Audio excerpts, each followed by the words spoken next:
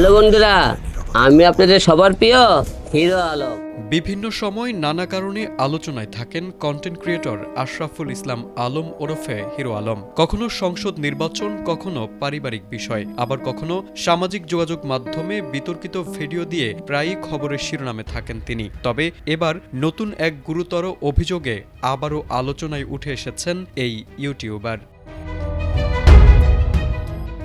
প্রথমে নায়িকা বানানোর স্বপ্ন, এরপর বিয়ের আশ্বাস দিয়ে ধর্ষণ ও শারীরিক নির্যাতনের অভিযোগে হিরো আলমের বিরুদ্ধে গ্রেফতারি পরোয়ানা জারি করেছেন আদালত। মঙ্গলবার দুপুরে বগুড়ার প্রথম নারী ও শিশু নির্যাতন দমন ট্রাইব্যুনালের বিচারক আনোয়ারুল হক এ আদেশ দেন।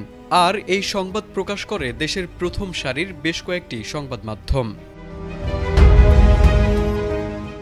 মামলা সূত্রে জানা যায়, হিরো আলম ওই নারীকে নায়িকা বানানোর স্বপ্ন দেখান।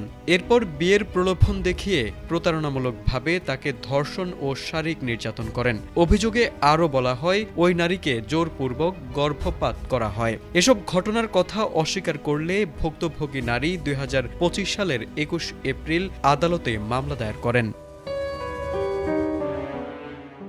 মামলার তদন্তের দায়িত্ব পায় পুলিশের বিশেষ তদন্ত সংস্থা পিবিআই। তদন্ত শেষে পিবিআই অভিযোগের প্রাথমিক সত্যতা পায় বলে জানায় ট্রাইব্যুনালের সরকারি কৌঁসুলি আলী আসগার। তদন্ত প্রতিবেদন পাওয়ার পরই আদালত অভিযোগ আমলে নিয়ে হিরো আলমের বিরুদ্ধে গ্রেফতারি পরোয়ানা জারি করেন। ট্রাইব্যুনালের পিপি আলী আসগার জানান, তদন্তে হিরো আলমের বিরুদ্ধে আনা অভিযোগের প্রমাণ মিলেছে। আদালতের আদেশ অনুযায়ী এখন তাকে গ্রেফতারের প্রক্রিয়া শুরু হবে। Desk report, ATN Bangla.